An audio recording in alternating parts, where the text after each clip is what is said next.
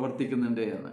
Commission അല്ല, ആളെ ചേർക്കുമ്പോൾ കിട്ടുന്ന കമ്മീഷൻ അല്ല, എല്ലാത്തിനെയും ഒരു സ്ട്രക്ചർ ഒന്നാണ്. ആളെ ചേർക്കുക, കമ്മീഷൻ അടിക്കുക. പേരിന് ഒരു പ്രൊജക്റ്റ്, പുതിയൊരു പ്രൊജക്റ്റ് ഉണ്ടാവും.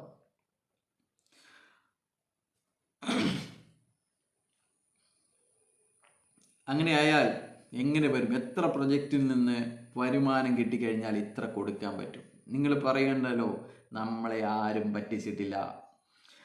എന്താണ്? ഫ്രീസിങ്ങിന്റെ തലേന്ന് വരെ പൈസ കൊടുത്തിയാണ് എന്ന് പറഞ്ഞ് പറ്റിക്കുന്നുണ്ടല്ലോ. എവിടെ പോയി? നമ്മൾ ഇതൊക്കെ പറഞ്ഞു നടന്ന അബ്ദുൾ ബാരിയുടെ വീഡിയോ ഇവിടെ പോയി?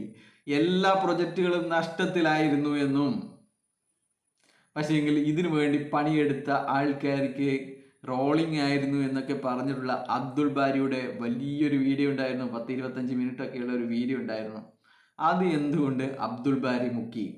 അത് മുക്കുമ്പോൾ അബ്ദുൾ ബാരി ചോദിക്കും നിങ്ങളോട്, എന്നാ പിന്നെ നീയൊക്കെ ഒരുപാട് വീഡിയോ മുക്കിയിട്ടുണ്ടല്ലോ, എനിക്കാണോ, ഞാനൊരു വീഡിയോ മുക്കിയതാണോ പ്രശ്നം? നീയൊക്കെ ഇത്ര 800 കണക്കിന് വീഡിയോകൾ മുക്കിയിട്ടുണ്ട് ജിനൽ ജോസഫ്. 800 വീഡിയോകളൊക്കെയാണ് വിജയമന്ത്രയുടെയും മറ്റുമായിട്ടുള്ള വീഡിയോകൾ അവൻ്റെ ചാനലിൽ നിന്ന് മുക്കിയത്. 3 വർഷം കൊണ്ടുണ്ടാക്കിയ 800-ലധികം വീഡിയോകൾ ഒറ്റയടിക്ക് ടീം. ഞാൻ കാറ് വാങ്ങി, ഞാൻ ഇത്ര വരുമാനം വാങ്ങി എന്നൊക്കെ പറഞ്ഞിരിക്കുന്ന വീഡിയോകൾ എന്തുകൊണ്ട് നിങ്ങളെല്ലാവരും മുക്കി? ഇതൊക്കെ കള്ളപ്പണമാണ് എന്ന് നിങ്ങൾക്ക് ഇപ്പോഴാണോ മനസ്സിലായിരിക്കുന്നത്? പിന്നെയുള്ളത്, പ്രൈവറ്റ് ലിമിറ്റഡ് കമ്പനി പാലിക്കേണ്ട നിയമങ്ങളിൽ ഏതെങ്കിലും നിങ്ങളുടെ കമ്പനി പാലിച്ചിട്ടുണ്ടോ?